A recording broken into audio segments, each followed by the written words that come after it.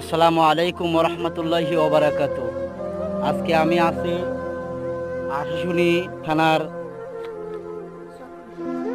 খোলপেটুয়া গাঙের পাশে। দেখতে পাচ্ছেন আমার পিছনে বড় একটি গাং। গাংটি ভালো করে দেখেন। এখানে আমরা আছি ঘাস বনে। এই যে প্রচণ্ড ঘাস, এখানে আপনারা দেখতে পাচ্ছেন প্রচণ্ড ঘাস। আর এই ঘাস পায়ে ফুটতেছে, বোঝাচ্ছে সুই ফুটাচ্ছে। আহা বাবু গো, এরকম যে সুই আমার বাড়ির মানে আমাদের বাড়ির মেয়ে লোকেরা এরকম সুই ব্যবহার করে না। এই সুই যদি নিয়ে যদি খেতা সেলাই করা হয় তাহলে সুই ফেল, মানে ঘাস দিয়ে যদি সেলাই করা হয় তাহলে ভাই আমরা আসি এখন হচ্ছে খোলপেটুয়া নদীর পাশে।